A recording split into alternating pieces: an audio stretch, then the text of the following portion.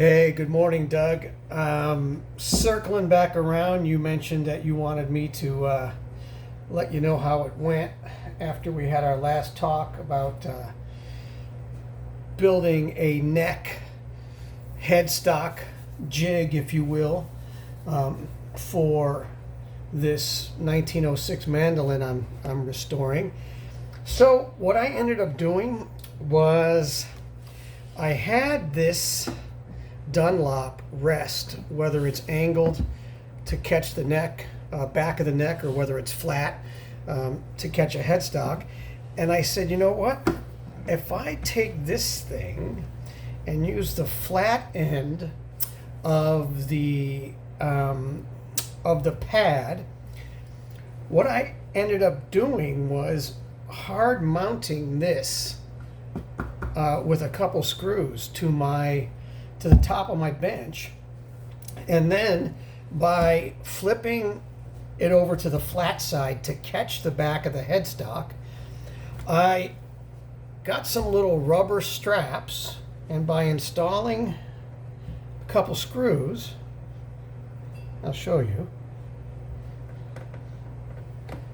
one across there and one pulled over and across there. That basically just completely hard locks. Same concept as what you laid out for me, or what you kind of gave me the idea to do, but I can still unbolt this, of course, and use this Dunlop holder, if you will.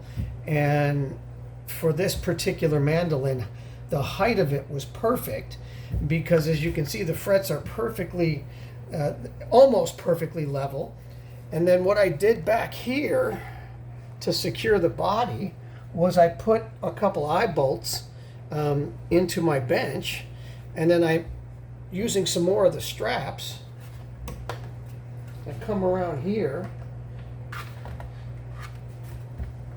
and now the body's completely locked here and at the headstock.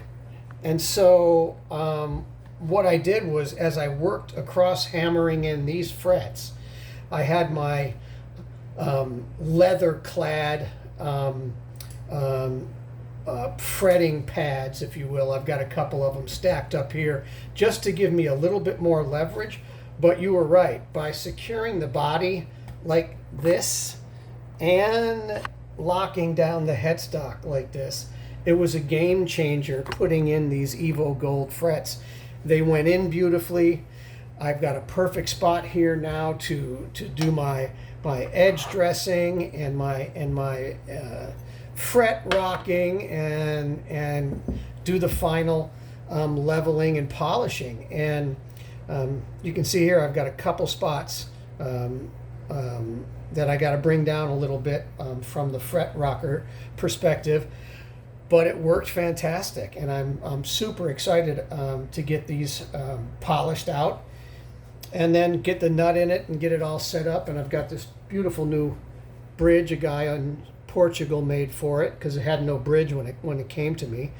And now that I got the headstock crack fixed and the new head plate on, and my goal is to get strings on it and get it playing before I take it all apart and then do the finish work on the neck, back of the neck, and headstock.